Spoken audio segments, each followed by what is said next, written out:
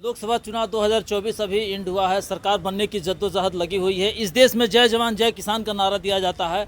आज उसी देश में आप देख सकते हैं कि ये किसान यहाँ खड़े हैं। इसके पहले भी आपने देखा कि एमएसपी और अन्य चीज़ों को मांगों को लेकर के किसान अपनी 600-700 से अधिक लोग शहादत दे चुके हैं।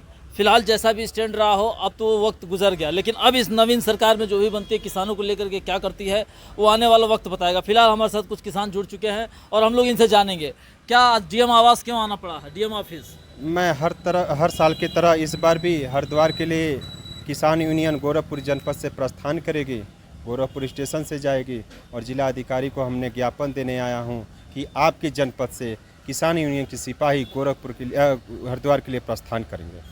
तो ये जो चिंतन शिविर आप हरिद्वार में करने जा रहे हैं, इसका ऑब्जेक्टिव क्या है, उद्देश्य क्या है? मेन उद्देश्य है कि पूरे भारत के किसान एकत्रित होते हैं और अपने राज्य की समस्याओं को राष्ट्रीय अध्यक्ष को अवगत कराया जाता है। उस बिंदु द्वारा राष्ट्रीय अध्यक्ष द्वारा प्रधानमंत्री को अवगत कराया जाता है। अगर मेरी बात नहीं मानते हैं, मेरी समस्या को नहीं सुनते हैं, तो फिर किसान अपने अपने राज्य में धरना प्रदर्शन अनशन के साथ साथ वो फिर दिल्ली के लिए कूच करते हैं। तो अभी जो मुख्य मांगे हैं आपकी, किस बात को लेकर के चिंतन शिविर में आप लोग जा रहे हैं?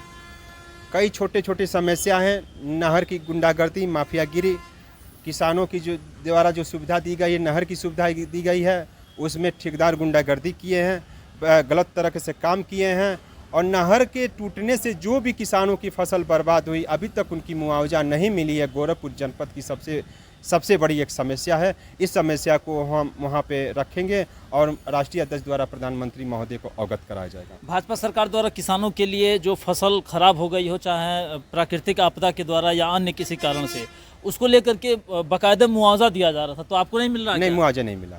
बिल्कुल। आपने इसका कहीं रखा है, मांग की है? मांग किया गया है। जिलाधिकारी महोदय को भी उप जिलाधिकारी चुनाव से पहले भी हमने दे चुका हूँ।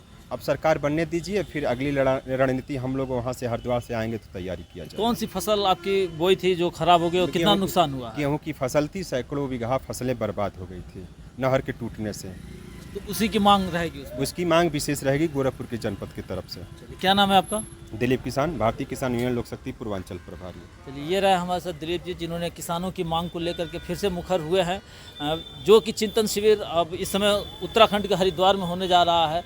देखते हैं कि वो क्या इनका चिंतन शिविर गुल खिलाएगा, लेकिन इतना ज़रूर है कि किसान कहीं ना कहीं अपनी मांगों को लेकर के सतर्क और जागरूक हो गए हैं और लगातार एक तरीके का दबाव बनाने का काम कर रहे हैं।